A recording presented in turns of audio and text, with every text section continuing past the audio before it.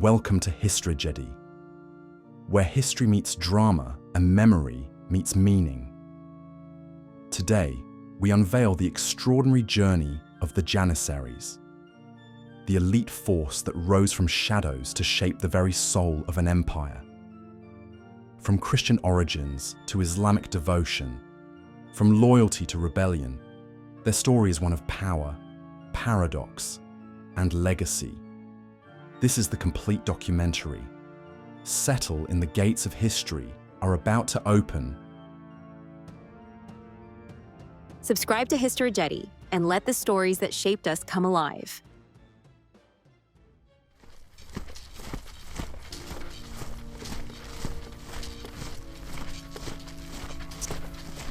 They were the Sultan's most feared warriors, an elite force, forged from the unlikeliest of origins, taken as young boys, trained to perfection, bound by unwavering loyalty. For centuries, the Janissaries stood at the forefront of military conquests. Their blades carved the borders of an empire. From the 14th to the early 19th century, they secured victories that shaped history. But with power came danger, and with rise came the inevitable fall. Before the Janissaries, the Turks had already established themselves as warriors of legend.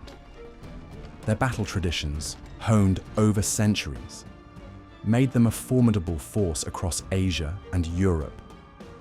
Even the Islamic Middle East looked to the Turkic sultanates, like the Seljuks, for protection. They were hardened by the steppes, shaped by conflict, and guided by an unbreakable code of war. Discipline, speed, strategy. They were the perfect mold for what would soon become the Janissary Corps. The legendary battle prowess of the Ottomans was evident long before the Janissaries took center stage. 1389, the Battle of Kosovo. The Ottoman army, still evolving into the structured force it would become, stood against a Serbian-led coalition. They were outnumbered, but they were not outmatched. Rather than exhausting themselves in prolonged sword fights, the Ottoman warriors executed an extraordinary tactic. They wrapped their left arms in cloth and oiled thick leather, transforming them into living shields. Serbian swords clashed against them, only to slide away, harmless. And then the counterstrike, precise, lethal, straight to the nose and respiratory points, instant death. The enemy ranks collapsed. Chaos spread through their lines. The Ottomans had prevailed. At the dawn of the 15th century, the Ottoman Empire faced its most dangerous adversary yet, Tamerlane and his fearsome Mongol Turkic army. 1402, the Battle of Ankara. Two expanding empires, two unstoppable forces. A brutal clash was inevitable. The Ottoman warriors fought with valor, but the Mongol cavalry was unlike anything they had faced before. Their speed, their precision, their sheer maneuverability. Ottoman formations collapsed under the storm of hooves and steel. And then, disaster. Sultan Bayezid was captured. The loss at Ankara was a painful setback, a humbling blow, but it did not break the Ottomans. Instead, it hardened them. It forced them to adapt, to evolve, to refine their strategies. And from this defeat emerged a new doctrine, one that would later be perfected by the Janissaries. Young Christian boys were taken from their families, brought to the empire's heart, and forged into warriors. But not all were taken unwillingly. To many, this was a chance, an opportunity for a better life. Just as ambitious families today send their children to the world's finest universities, parents of the Balkans willingly gave up their sons, hoping they would rise among the ranks of the most powerful empire on earth. To serve in Istanbul, the jewel of civilization, was to grasp destiny itself.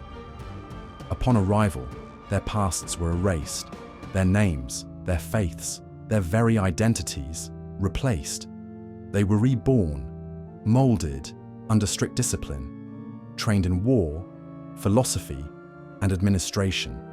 Some became warriors, others scholars, and a select few leaders, men like Sokolu Mehmed Pasha, whose name echoes in history, rivaling even the greatest of sultans. Köprülü Mehmed Pasha, Ibrahim Pasha, names that did not inherit power, but earned it. The walls of Constantinople stood firm for over 1,000 years, a city thought to be untouchable, impenetrable, a gateway between two worlds, and yet it fell. 1453, the mighty walls shook under the relentless barrage of Ottoman cannons. The defenders fought desperately, but then came the moment that changed history. Among the Ottoman ranks, one warrior stood apart, Ulubatli Hasan. He saw the city's fate in his grasp, and he climbed. Under a hail of arrows, he scaled the great walls with nothing but a sword and a shield, wounded, bleeding, yet unstoppable. Arrows pierced his armor, swords slashed at him, but with his final breath, he planted the Ottoman flag atop the walls of Constantinople. The sight shattered the defenders' morale. The city, thought to be eternal, had fallen. Byzantium was no more. The Ottoman Empire had entered a new era. The Kingdom of Hungary, a formidable power standing in the way of Ottoman expansion into Europe, a kingdom defended by knights in shining armor, heavy cavalry, war-hardened soldiers, a force not easily broken. But on August 29th, 1526, the fields of Mohacs became a graveyard. The Ottoman army, led by Suleiman the Magnificent, faced off against King Louis II's forces, and what followed was annihilation. The Janissaries, with their disciplined formations and deadly musket fire, broke the Hungarian ranks in mere hours. The elite Ottoman cavalry encircled the enemy, striking from all sides. The riverbanks ran red with blood. By the battle's end, the Hungarian king lay dead, his kingdom shattered. Mohacs was not just a victory, it was a warning to Europe. The Ottomans were unstoppable. To the east, a rival empire threatened Ottoman rule. The Safavids of Persia, led by Shah Ismail I, sought to expand their influence. They relied on their fierce cavalry, swift, deadly, and fearless. The Ottomans, however, had something the Safavids did not: firepower. 1514, the plains of Chaldiran, the Ottoman army, under Sultan Selim I, arranged itself in a defensive line. The Janissaries took position behind wagons, forming an unbreakable gunpowder wall. Muskets, cannons, precision and discipline, the Safavid cavalry charged, only to meet a storm of lead and fire. One by one, they fell. The battlefield was littered with shattered armor and broken lances. It was a lesson in modern warfare. The age of swords and cavalry alone was over. The age of gunpowder had begun. The year was 1566.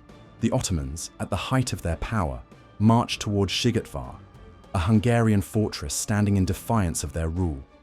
The great Sultan Suleiman the Magnificent, now in his 70s, led what would be his final campaign. The fortress, commanded by Nicola Shubich-Zrinski, stood firm. The defenders fought with unrelenting fury, but the Janissaries, the empire's finest warriors, would not be denied. For a month, they battered the walls. For a month, they stormed the gates. And on September 8th, as the fortress lay in ruins, the defenders made their final charge. One last defiant stand against the empire that would not be stopped. But Shigatvar was more than a battle. It was a turning point, for on that very night, in his imperial tent, Suleiman the Magnificent died. The Sultan, who had brought the empire to its golden age, would not see its final victory. The Ottomans took Sigetvar, but they lost their greatest ruler, and so, even in victory, the empire stood on the edge of change.